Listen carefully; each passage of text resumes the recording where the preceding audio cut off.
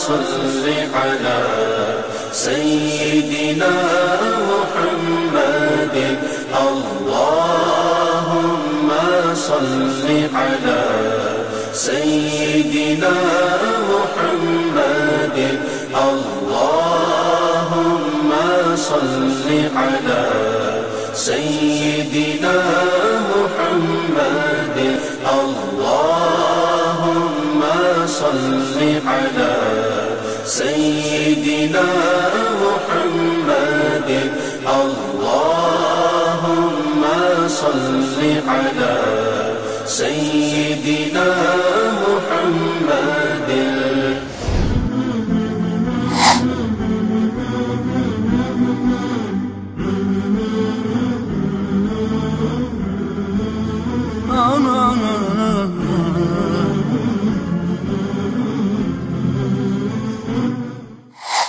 بسم اللہ الرحمن الرحیم. عن صہیب رضی اللہ تعالی عنہ قال قال رسول اللہ صلی اللہ علیہ وسلم عجبا لامر المؤمن ان امرہ کلہ خیر ولیس ذلک لاحد الا للمؤمن ان اصابته السراء شکر فکان خیرا لہ وان اصابته ضراء صبر کان خیرا لہ او کما قال رواہ مسلم.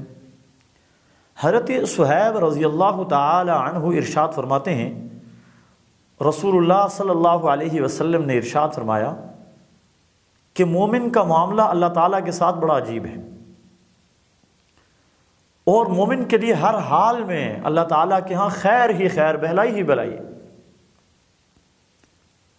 ان اصابتہ سراء، اگر مومن کو کوئی خوشی پہنچتی ہے اور اس خوشی میں مومن کی زبان پہ جملہ جاری ہوتا ہے الحمدللہ، وہ اللہ کا شکر ادا کرتا ہے، فکان خیر لہ، تو یہ اس کے لیے بہتری ہے، اس کے نامہ اعمال میں نیکی لکھ دی جاتی. وَإِنْ أَصَابَتْهُ ضَرَّاء، اور اگر مومن کو کوئی نقصان پہنچتا ہے، کوئی تکلیف پہنچتی ہے، صبر، اس پہ وہ صبر کرتا ہے، فکان خیر لہ، یہ بھی اس کے لیے بہتر ہے. حضرت امام مسلم نے اپنی کتاب صحیح مسلم میں اسے ذکر کیا ہے. اس حدیث مبارکہ میں رسول اللہ صلی اللہ علیہ وسلم نے مومن کی بڑی عجیب شان بیان کی. کوئی بھی انسان دو حال سے خالی نہیں ہے، یا وہ خوش ہے یا غمگین ہے. ہر انسان کو خوشی بھی نصیب ہوتی ہے اور غم بھی ملتے ہیں. ایک حال میں سدا اللہ تبارک و تعالیٰ کی ذات ہے، اور ایک حال میں رہنا یہ اللہ ہی کو لائق ہے. انسان پہ اچھے حالات بھی آتے ہیں، برے حالات بھی آتے ہیں. انسان بسا اوقات مال کی فراوانی میں ہوتا ہے، بسا اوقات انسان کو اللہ تعالیٰ اولاد عطا فرماتے ہیں، اولاد کو دیکھ کر خوش ہوتا ہے. مال دیتا ہے اللہ تعالیٰ، مال کو دیکھ کر خوش ہوتا ہے. اپنے بہن بھائی، اپنے رشتہ دار، اپنے عزیز اور اقارب دیکھتا ہے، خوش ہوتا ہے. اپنے کسی دوسرے بھائی کی خوشی دیکھتا ہے اور اس پہ خوش ہوتا ہے. اللہ تعالیٰ کی کوئی نعمت ملتی ہے، اس پہ خوش ہوتا ہے انسان. اور اس خوشی میں انسان بسا اوقات زبان سے اور بسا اوقات انسان اپنے دل ہی دل میں اللہ تعالیٰ کو شکر ادا کرتا ہے، یا اللہ تیرا شکر ہے تو نے مجھے یہ نعمت عطا فرمائی. تو یہ شکر ادا کرنا یہ بھی مومن کے لیے بہترین نیکی ہے، اور اللہ تعالیٰ اس کے نامہ اعمال میں نیکی کا اضافہ کر رہے ہیں کہ میری نعمت پہ اس نے میرا شکر ادا کیا.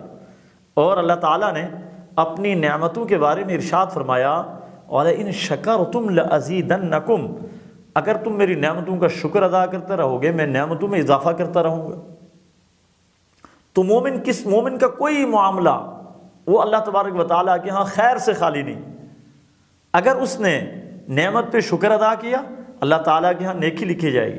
اور اگر یہی مومن اسے اللہ تعالیٰ کی طرف سے کسی آزمائش میں ڈالا گیا، اور آزمائشیں مختلف ہو سکتی ہیں، جس طرح قرآن مجید میں اللہ تعالیٰ نے ارشاد فرمایا وَلَنَبْلُوَنَّكُمْ بِشَيْءٍ مِّنَ الْخَوْفِ وَالْجُوعِ وَنَقْصٍ مِّنَ الْأَمْوَالِ وَالْأَنفُسِ وَالثَّمَرَاتِ،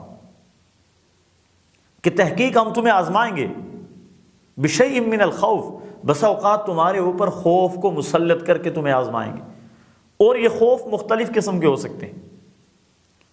اس میں بہت سارے خوف وہ بھی شامل ہیں جو انسان کی طبیعت میں شامل ہیں۔ مثال کے طور پہ انسان شیر سے ڈرتا ہے، انسان سانپ سے ڈرتا ہے، اسی طرح درندوں سے ڈرتا ہے، لیکن حقیقی معنی میں وہ خوف شامل ہے مثال کے طور پہ دشمن کا خوف، اور یہ اللہ تبارک و تعالیٰ کی طرف سے آزمائش ہے۔ وَلَنَبْلُوَنَّكُمْ بِشَيْءٍ مِّنَ الْخَوْفِ وَالْجُوعِ، اور فقر و فاقہ بھی اللہ تبارک و تعالیٰ کی طرف سے ایک آزمائش ہے۔ بسا اوقات اللہ تعالیٰ انسان کو خوب دے کر آزماتا ہے اور بسا اوقات لے کر بھی آزماتا ہے، کھلا کے بھی آزماتا ہے، بھوکا رکھ کے بھی آزماتا ہے۔ بھوک بھی ایک بہت بڑی آزمائش۔ وَنَقْصٍ مِّنَ الْأَمْوَالِ وَالْأَنفُسِ، اور بسا اوقات اللہ تبارک و تعالیٰ مال چھین کے آزماتا ہے، بسا اوقات اپنے قرابت دار رشتہ دار ان کو دنیا سے اٹھا کر اللہ تعالیٰ آزماتا ہے۔ والدین کتنا بڑا سرمایہ ہے، کتنی بڑی قیمتی چیز ہے انسان کے پاس، جس کے والدین اس سے جدا ہو جاتے ہیں وہ کتنا بڑا غم ہوتا ہے انسان کے لیے، کتنی مصیبت، کتنی بڑی آزمائش ہوتی ہے انسان کی۔ کسی کی اولاد اس کی آنکھوں کے سامنے اس سے جدا ہو جائے، موت کی آغوش میں چلی جائے، قبر کے پاتال میں اتر جائے، کتنی بڑی آزمائش۔ اللہ تبارک و تعالیٰ نے اس آزمائش کے اوپر جو صبر کرتا ہے، اس صبر کرنے والے کے لیے اللہ تعالیٰ نے ارشاد فرمایا بشر الصابرین، ان صبر کرنے والوں کو جنت کی بشارت دے دیجیے۔ اور آپ صلی اللہ علیہ وسلم نے فرمایا کہ کوئی مومن ان اصابتہ ضراء، اگر اسے کوئی مصیبت، کوئی تکلیف پہنچتی ہے، صبر، وہ صبر کرتا ہے، فکان خیرا لہ، تو یہ صبر کرنا بھی اس کے لیے بہتر ہے۔ بہتر کا معنی یہ ہے کہ یہی صبر اسے جنت میں لے کر جائے گا۔ تو یہ پیارے رسول اللہ صلی اللہ علیہ وسلم کی پیاری باتیں، آپ کی ساری احادیث، آپ کی زبان سے نکلنے والا ہر جملہ پیارا ہے۔ ہمیں چاہیے کہ آپ صلی اللہ علیہ وسلم کی ان پیاری احادیث کے اوپر عمل کریں، خود بھی عمل کریں اور دوسروں کے اندر بھی عمل کے جذبے کو پیدا کریں۔ اللہ تبارک و تعالی ہمیں عمل کی توفیق نصیب فرمائے۔ والسلام علیکم ورحمۃ اللہ وبرکاتہ۔